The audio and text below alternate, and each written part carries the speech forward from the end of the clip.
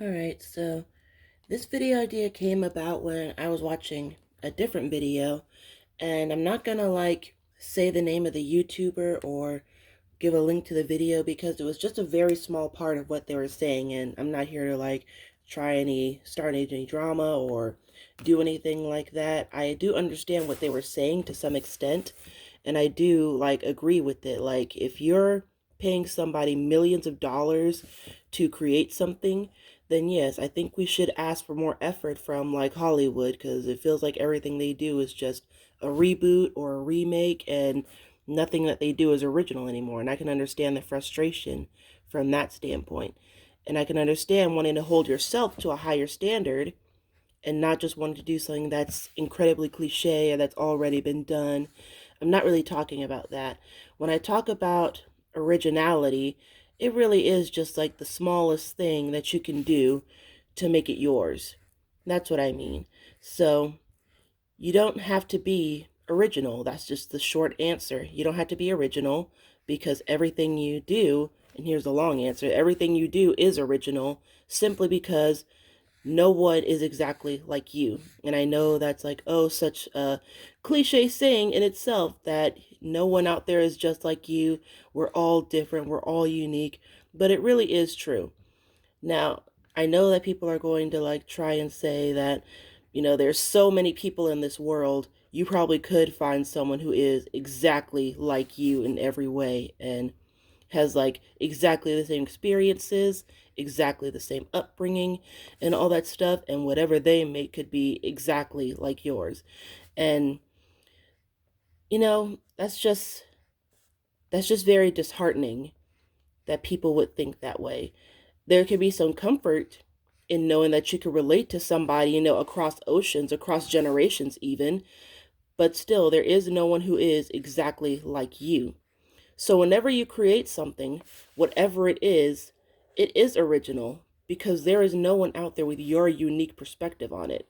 There is no one out there who can replicate exactly what you do down to a T. There could be some very similar things, some very similar projects, some very similar themes about whatever you're doing, but you should never see that somebody is doing something very similar to you and thinking, oh, well, they've done it better than I can ever do it, so why should I even try to make things? Do you see how that can stunt growth and creativity if you think that what you're trying to do has already been done, so you might as well not even do it? And when I heard what this person said, what they were saying was pretty much the antithesis of what I'm saying, but I understand from their viewpoint that if they put something out into the world, they want to make sure that it's wholly original. They want to make sure that somebody else hasn't already done it, because then you're just kind of just repeating each other and can become sort of an echo chamber of everybody saying the same thing over and over again. And that in itself can stunt progress and growth. And I can see how a person would not want to add to that. But on the other hand, like what I'm saying, no one can do it exactly like you. And when I heard the first part of this thinking process, what it brought to my mind was the two cakes thing.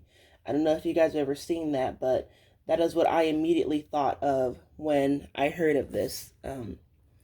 And I'll try and find the picture so that I can link to that, because I think that is a very important thing to be thinking about.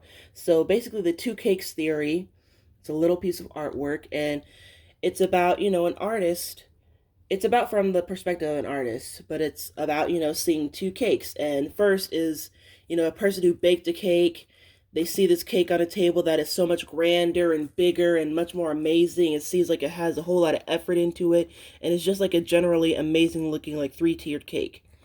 And their cake is just this one tier, sort of plain little thing.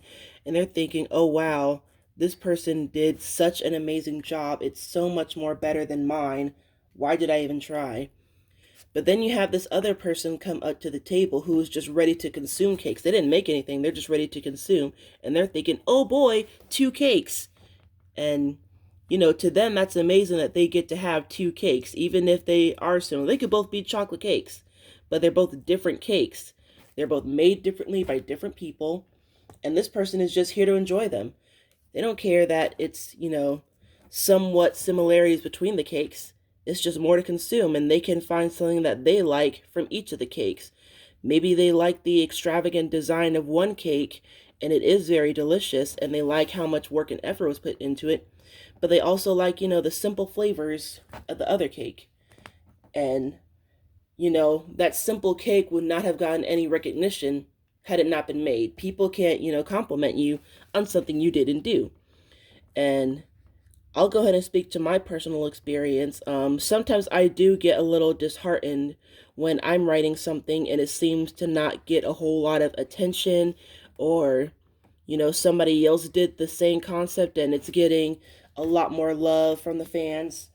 And, it can feel like, why am I even doing this if someone else is doing it better than me, right? But at the end of the day, I try and think of, well, this thing has like 5 likes, and that's 5 likes I would not have gotten had I not chosen to publish it. And that's all you got to think of is there are people out there who are going to appreciate and enjoy your work, even if it's incredibly similar to somebody else's. Like we say that all the time, that, there are hundreds of thousands of coffee shop AUs, and we just keep reading them over and over again because we like them, because we love them, and we want to see everybody's different take on it. We want to see the different perspectives that somebody can bring to that trope, to that cliche, to that genre. It's the same thing with, like, food. Just to bring it back to the cakes. If you like vanilla cake, you're usually not just going to like stick to just one bakery, right? If you go to, and not even just going to a bakery, but when you encounter cake all the time in your life. So at birthday parties, are you just going to say, no, I'm not going to have cake just because it's made by, a different person than the usual bakery you like? No, you like vanilla cake. You're going to eat vanilla cake whenever you can get it, right? It's the same thing with anything that gets created.